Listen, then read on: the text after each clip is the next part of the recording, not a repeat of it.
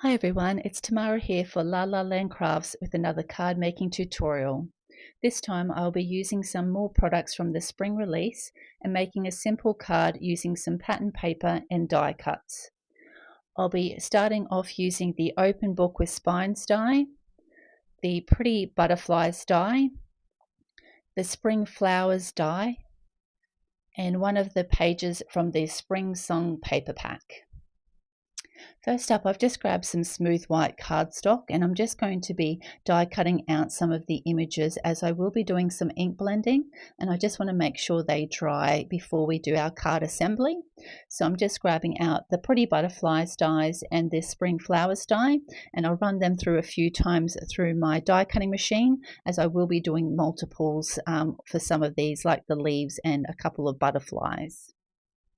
So the leaves and the butterflies I'm going to be keeping in blue to match this portion of the pattern paper I'm using, and the flowers I'll be doing in the pinks to match that part. So I've grabbed out three distress oxides, but I end up not using the chip sapphire. I found that the tumbled glass and the Unchartered mariner were the perfect combination for my butterflies and leaves.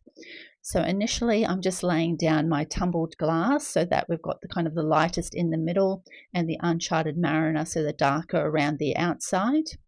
And because obviously I did get a little bit of cross contamination when I blended out the Uncharted mariner, I actually grabbed a third brush just so that I could use that to ink blend that out and not get any blue from the Uncharted mariner onto my tumbled glass.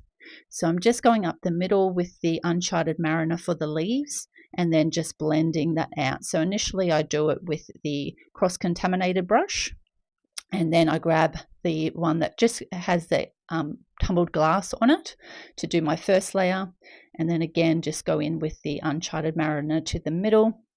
Use the one that has both on. I do dab it onto my tumbled glass so that it gets a nice smooth blend out. So for the flowers, I'll be using worn lipstick and spun sugar. So again, I've grabbed three ink blending brushes for this. I lay down the spun sugar first, and then in the middle, I do the warm lipstick. And I just add a little bit more so that I get a nice kind of contrast from the spun sugar to the worn lipstick on each of these.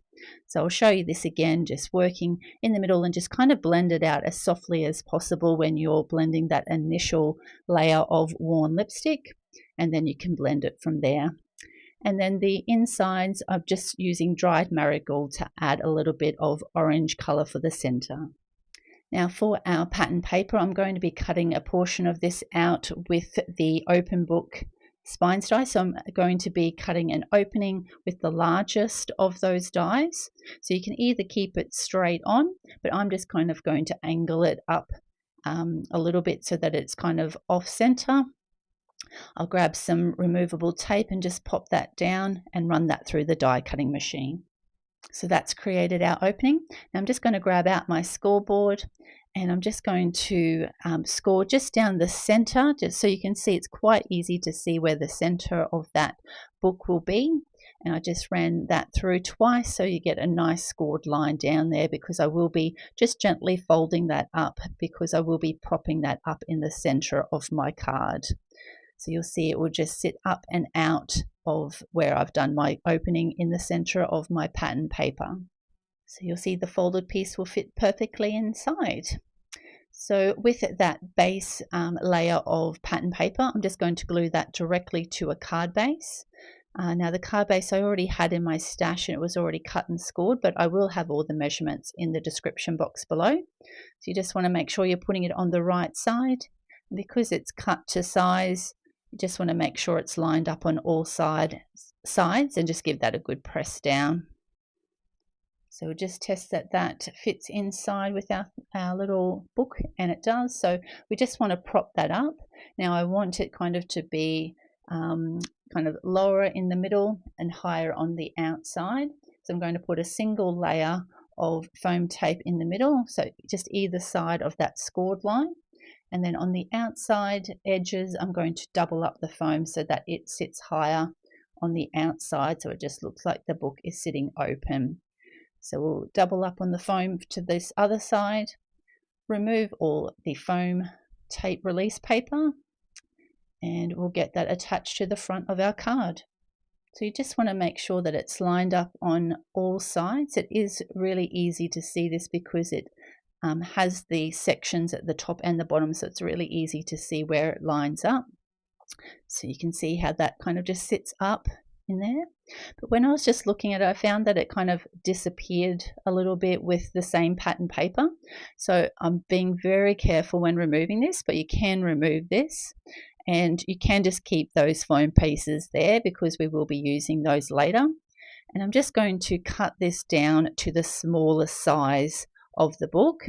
And the largest one I'm going to do in blue. So I've die cut the largest one in blue, and again we'll just score that down the middle and just give that a gentle fold so that it's folded up on either side, and we'll get that attached to those foam pieces which we've still got attached to our card front.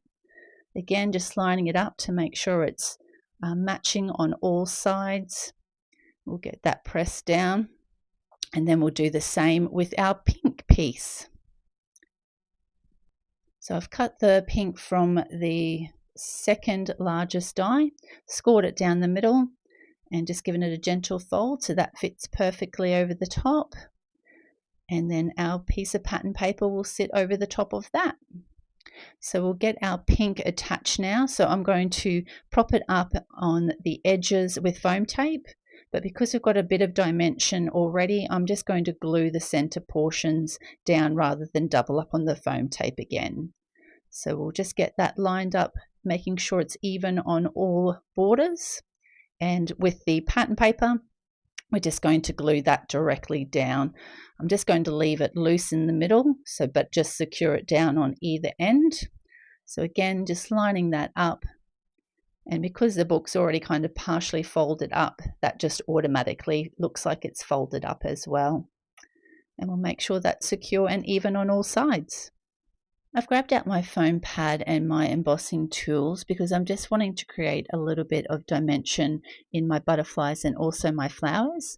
So you just kind of gently rub the embossing tool in the center, and you'll see that it kind of lifts those wings up off the ground, and only like that centerpiece will stick down. And the same when you're doing it to your flowers, you just give that a roll on the inside. Just do it gently because it comes up quite easily when you're using the foam underneath, and I'll show you that it just gives that little bit of dimension to your flowers and make them look a little bit more realistic. We'll now get all our elements attached to the front of our card, and I did find sometimes using the tweezers wasn't actually helping me, but it did in some occasions.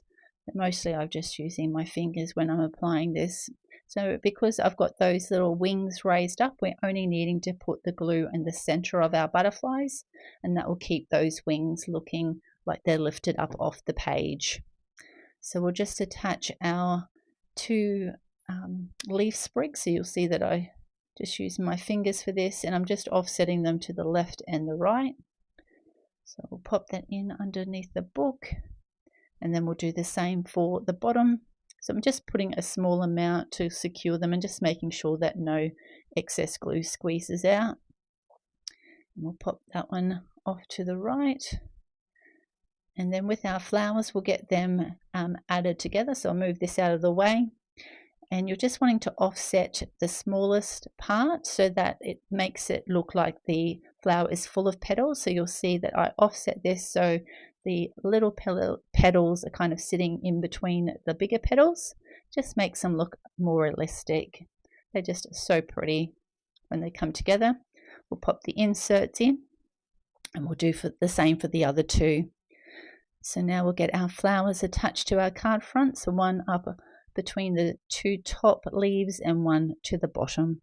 So I've stamped out our sentiment, and I'm just going to be using one of my scalloped banner dies to cut that out for my sentiment. So I'll run that through the die cutting machine.